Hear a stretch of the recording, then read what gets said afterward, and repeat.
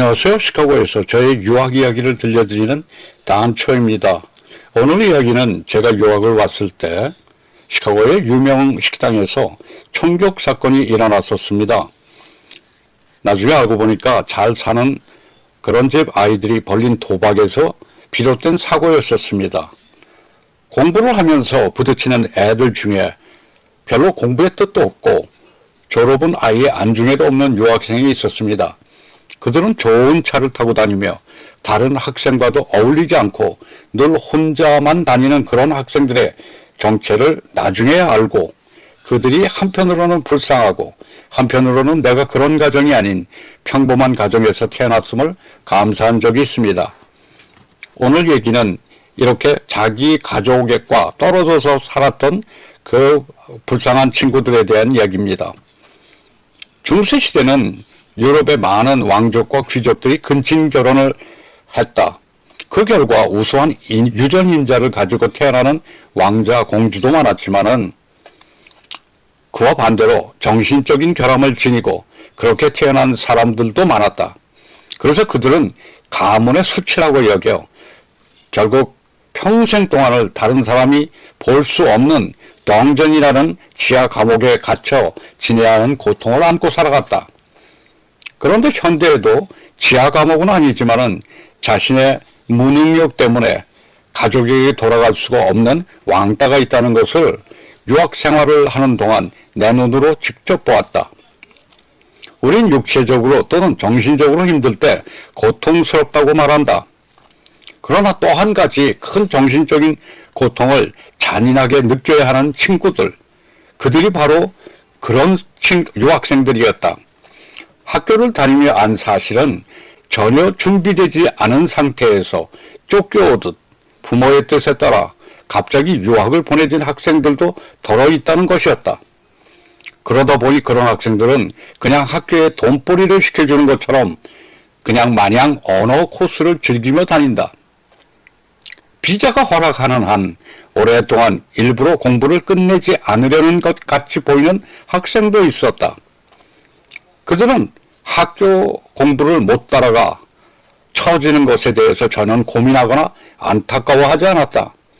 그러면서 딱 봐도 상당히 재력 있는 집안의 자제라는 것을 겉으로 볼 수 있었다.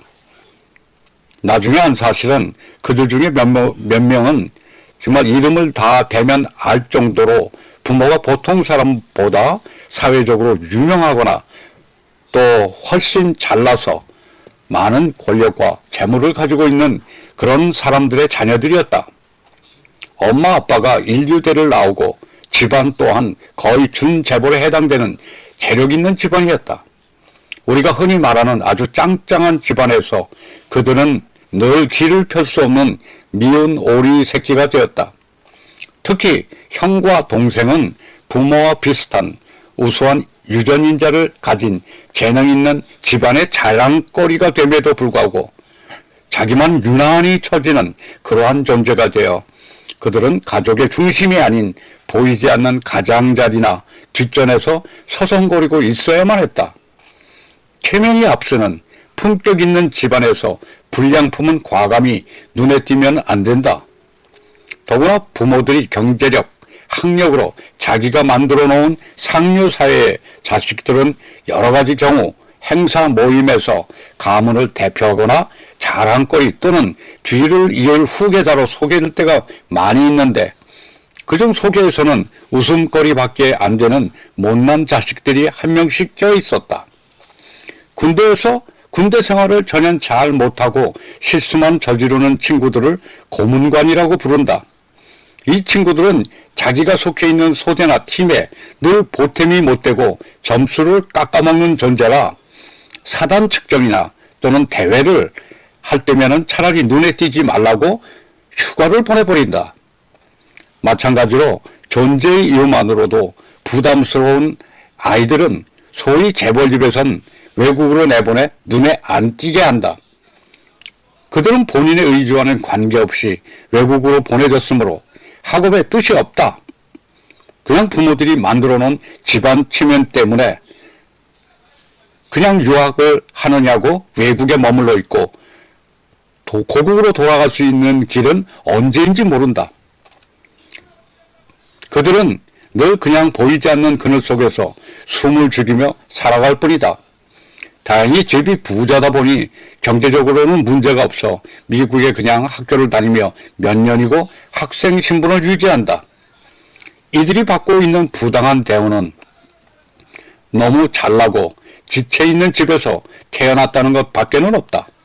결국 이들은 시간이 지나며 자기 존재감의 상실을 부가 주는 소비로 보상해 보려고 애쓰지만 그들의 가슴 속에 깊이 뿌리박힌 열등감에 가족이라는 따뜻한 곳이 아닌 지하 감옥 같은 해외에서 쓸쓸한 삶을 보낸다. 이른바 보이지 않고 싶은 자녀로 살면서 그들은 참 힘들게 유학 생활을 마친다. 오늘 이야기는 여기까지입니다. 다음에 또 새로운 이야기로 찾아뵙겠습니다. 감사합니다.